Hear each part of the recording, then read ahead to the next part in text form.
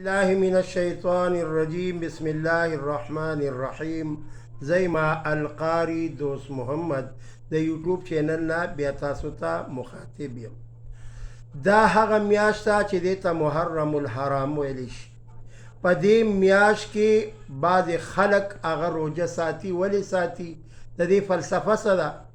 د دې فلسفه دا ده، تاریخ لیکلی دی چې حضرت موسی علیه السلام او د فرعون علیه اللعنت د دوی چې کم وخت کې مقابله راغله او موسی علیه السلام له الله پاک د اوبو نه نجات ورکه، نو موسی علیه السلام په شکرانه کې روژه وساتله. او دغه روژه د یوې ورځې روژه یهودیانو به هم بیا ساتله. نبی کریم صلی الله علیه وسلم وفرمایل د خپل امت او صحابو ته چې صحابو دا پیغمبر علیه السلام مبارک صحابو ته فرمایي چې موسی علیه السلام مونږ ته ډېر قریب دی، مونږ ته ډېر محبوب دی، مونږ ته ډېر ګران دی چې موسی علیه السلام نیولې ده، لہذا مونږ لم پکار دي چې وینیسو. نو بعضې صحابه ویل چې بیا مشابهت راځي.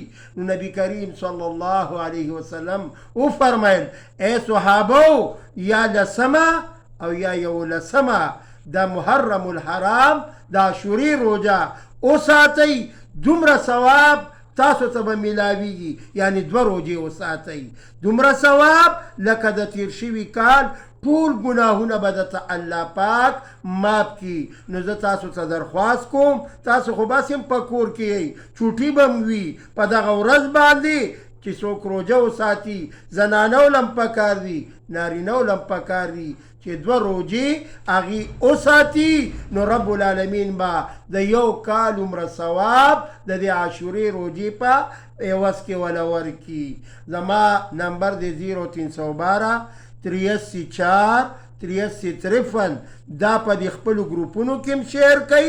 دا دوه روژې دا دې قوم ته ورسوئ او انشاءالله تاسو ته به هم الله ثواب درکړي. نهمه لسمه یا لسمه او یولسمه د عاشورې روژه ډېر زیات ثوابونه دي. دوه روژې ساتل پکار دي. دا د موسی علیه السلام هم سنت دي او دا د محمد مصطفی صلی الله علیه وسلم هم سنت.